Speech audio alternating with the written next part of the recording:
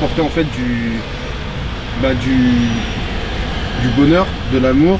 Qu'est-ce qui fait en fait que pendant 10 ans, tu vois, t'étais sûr que c'était ça, quoi, tu vois, de la même manière que tu as cette certitude quand tu regardes aujourd'hui les yeux de qu'est-ce qui a fait pendant 10 ans? Mais le truc, c'est que pendant 10 ans, tu te focalises en fait sur tes projets professionnels. Pourquoi? Parce que tu n'as que ça en fait comme horizon, tu as que ça comme but.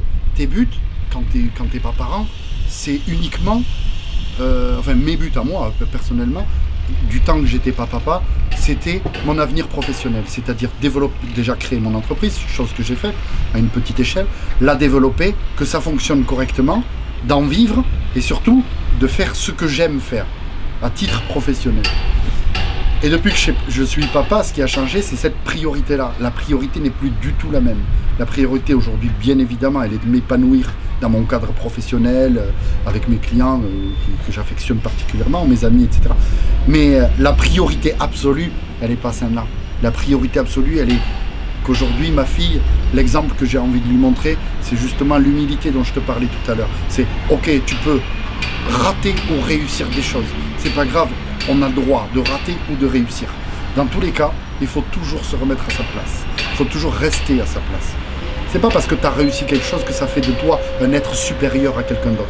Et en contrepartie, c'est pas parce que tu as raté quelque chose ou tu n'as pas su saisir une opportunité que ça fait de toi quelqu'un d'inférieur.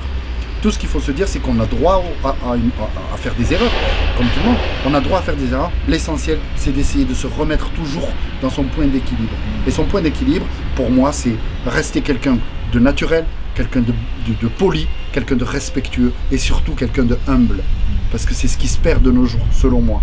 Et moi, mon humilité, je dois avouer que il y a quelques années, j'aurais pu la perdre à travers certaines réussites. J'aurais pu perdre confiance en moi aussi à travers certaines erreurs, à travers certaines choses que j'aurais pu rater, mais j'aurais pu surtout perdre mon côté un peu humble, tu vois. Comment on fait alors quand on est sur le point de perdre ces choses-là pour s'en rappeler? Et il faut aller à l'essentiel. Et encore une fois, j'en reviens à ce que je te disais tout à l'heure, hein, par rapport à mon enfant. L'essentiel, c'est l'humain, quoi. C'est l'humain. Ton enfant, c'est un petit être humain, rempli d'amour, rempli d'énergie, et tout ça, il faut l'entretenir, mais toujours avec une certaine humilité. C'est mon avis. Ça peut paraître simple, ça peut paraître simple comme explication, mais pour moi, c'est la clé de tout, quoi.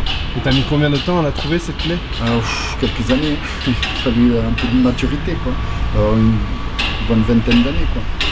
Et pourtant, enfin, ce qui est un peu paradoxal, c'est qu'aujourd'hui, je suis en train de t'expliquer ce que mes parents se sont égosillés à m'expliquer toute ma vie.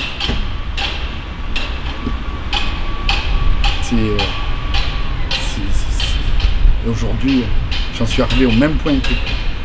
Pourtant, je le savais déjà, puisqu'on me l'a inculqué. Mais entre mettre en application ce qu'on t'apprend et vivre l'instant présent, il y a un équilibre à trouver. Je dis pas que j'ai tout compris, mais je pense que j'ai franchi une belle étape.